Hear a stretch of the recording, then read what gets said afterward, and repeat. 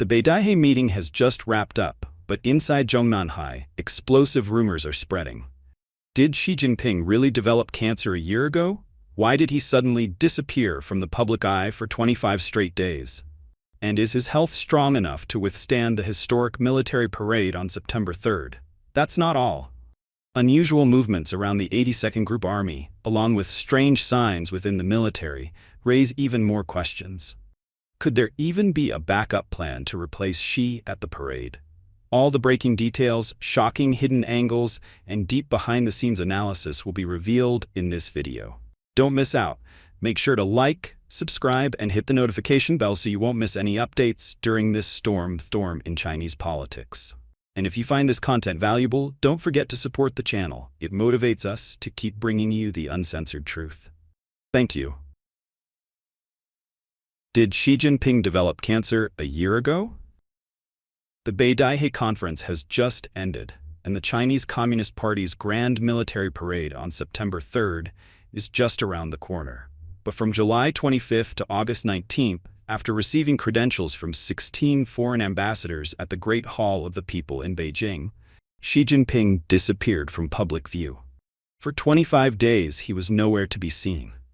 During this time, rumors spread online that Xi had been admitted to the elite 301 military hospital. Recently, former Navy Lieutenant Colonel Yao Cheng revealed on his media channel that a friend inside the Beijing military compound told him the CCP's parade command had drafted 3 emergency plans for the September 3rd parade, ready to replace Xi if needed. 1. Plan 1. Xi Jinping presides, delivers a speech, and leads the parade. 2. Plan 2. If Xi faces health problems, Zhongnanhai will step in to lead. 3. Plan 3. If tensions erupt between Xi and Zhongnanhai, leaving both unwilling to cooperate, then Liu Zhenli, member of the Central Military Commission and chief of the Joint Staff, will take charge. Yao Cheng's revelation aligns with what Shanghai businessman Hu Liren disclosed last week. Xi Jinping had indeed been taken to the 301 hospital. On August 20th, Hu Liren added another shocking detail. He said that last summer, an insider revealed to him that Xi had been diagnosed with cancer. To slow the disease's progression and preserve his public image, Xi has allegedly been using hormone treatments. In recent videos, Xi's face appears swollen like a balloon, with puffy eyes, a blurred chin, and even a buffalo hump bulging between his neck and shoulders. While official propaganda describes this as a rosy complexion and vigorous energy, from a medical perspective, it looks more like a face reshaped by medication, stiff, swollen, and lifeless. Sources claim that hormones are responsible for these visible changes. Hormones are chemical messengers in the body that regulate metabolism, mood, and immunity.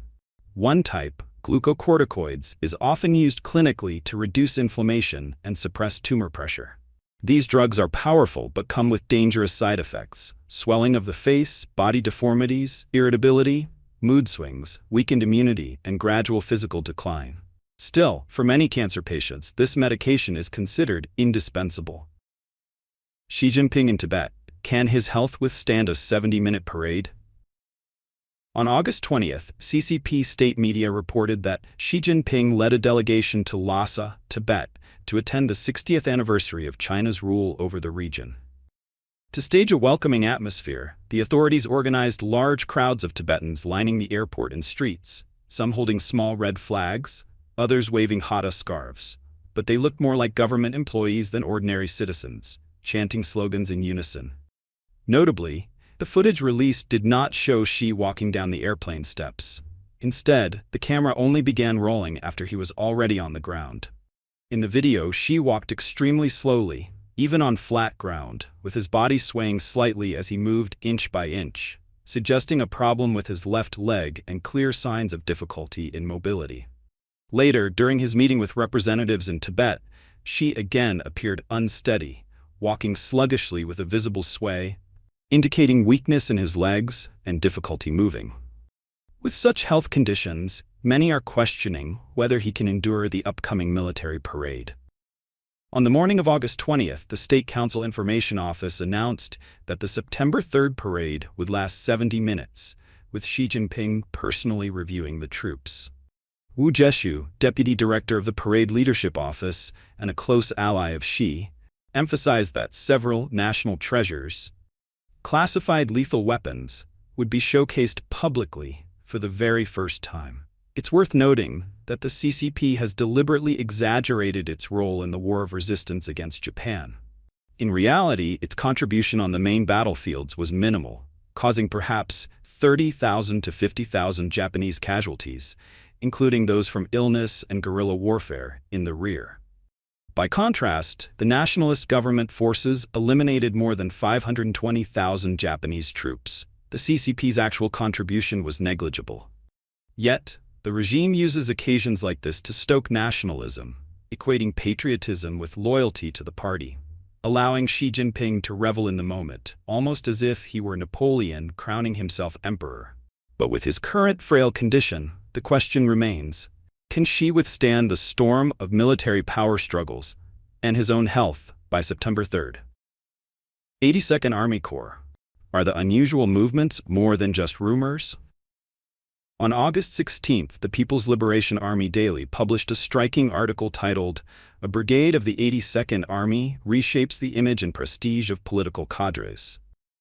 The piece stood out for three unusual features. It made no mention of Xi Jinping, it referenced the principle of democratic centralism, and it stressed rebuilding the credibility of political officers, stating that telling the truth and reporting facts accurately is not only a requirement of party character, but also a necessity for victory.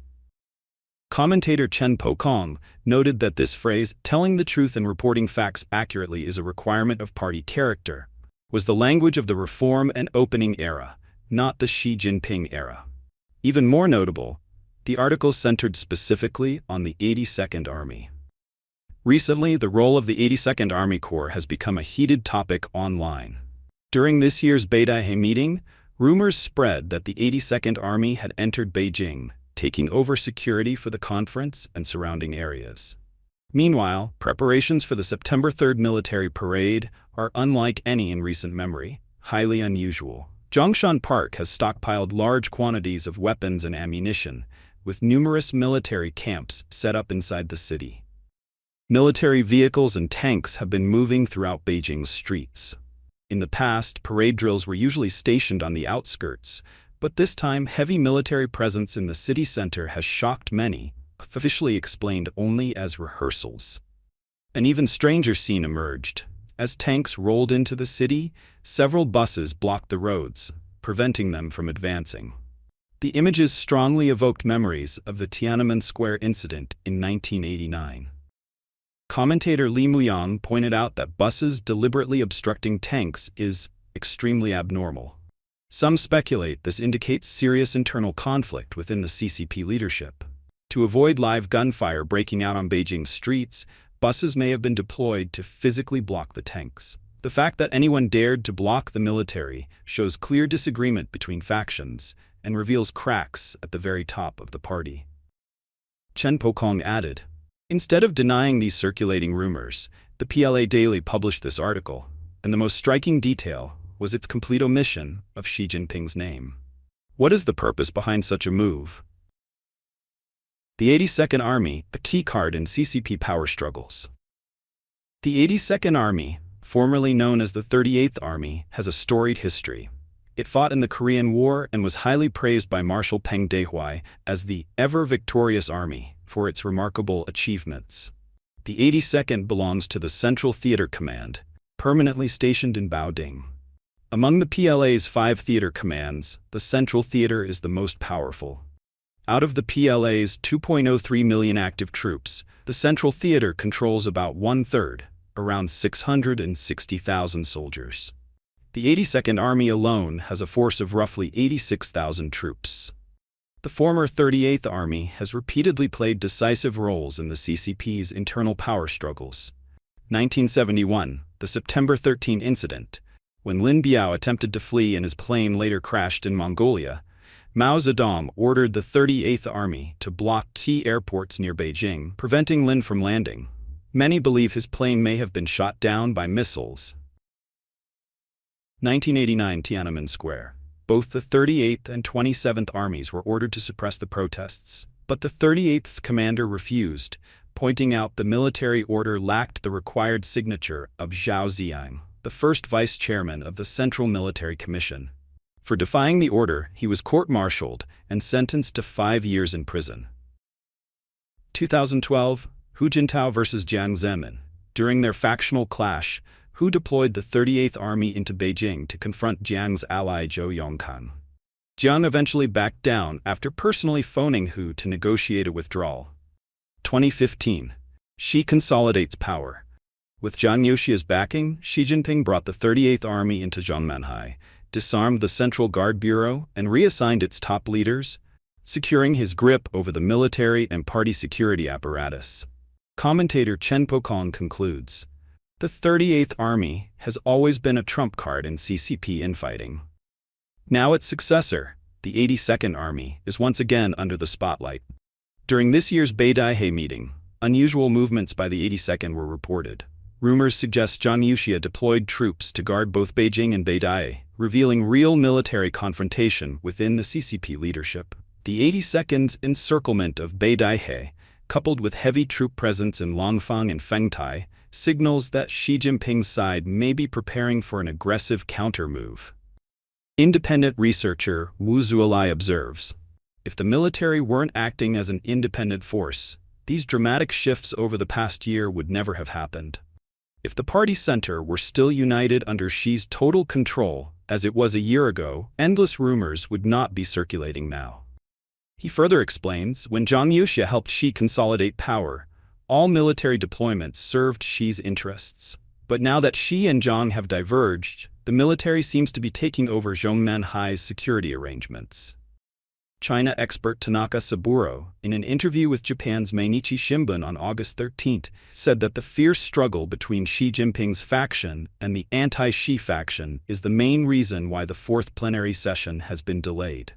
According to Tanaka, China is facing serious economic difficulties, yet Xi Jinping is pushing for the use of force to unify Taiwan and has already ordered the military to begin preparations.